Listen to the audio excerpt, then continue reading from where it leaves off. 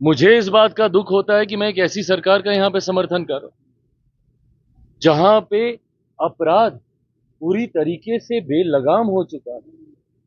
इस पे नियंत्रण पाना जरूरी होगा, नहीं तो इस तरीके से बिहार और बिहारियों की जिंदगी से होता हुआ खिलवाड़ बिहार को बहुत बुरे अंजाम तक लेकर।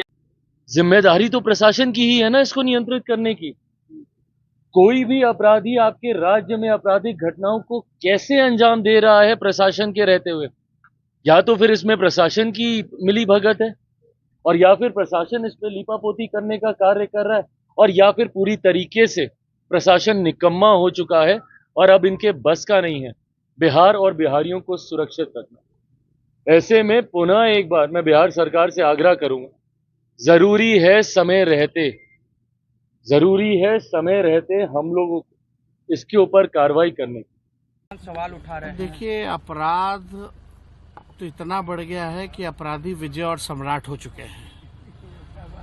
क्रिमिनल डिसऑर्डर हो चुका है लॉ एंड ऑर्डर का, और चिराग पासवान जी ये उठा रहे हैं, मुद्दा उठा रहे हैं, वो भी तो सरकार का ही अंग है। और आप तो केंद्र मंत्री इतने ताकतवर हैं, आपके तो 5-5 MP हैं, तब आप अपने आप को इतना कमजोर क्यों समझ रहे हैं? चिराग पासवान जी एक तो अपनी सरकार और नीतीश जी पे उंगली उठा रहे हैं, और दूसरा ये दिखा रहे हैं कि वो कितने कमजोर हो चुके हैं।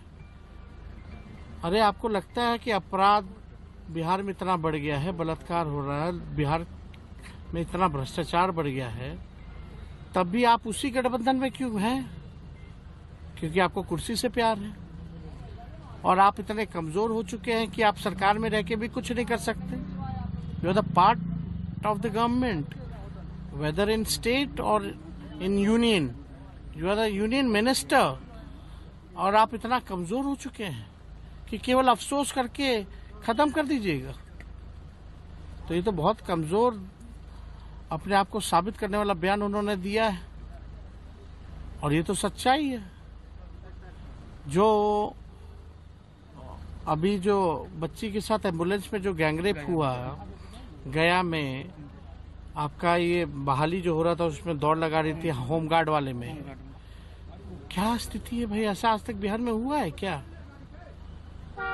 कितनी शर्मनाक बात है।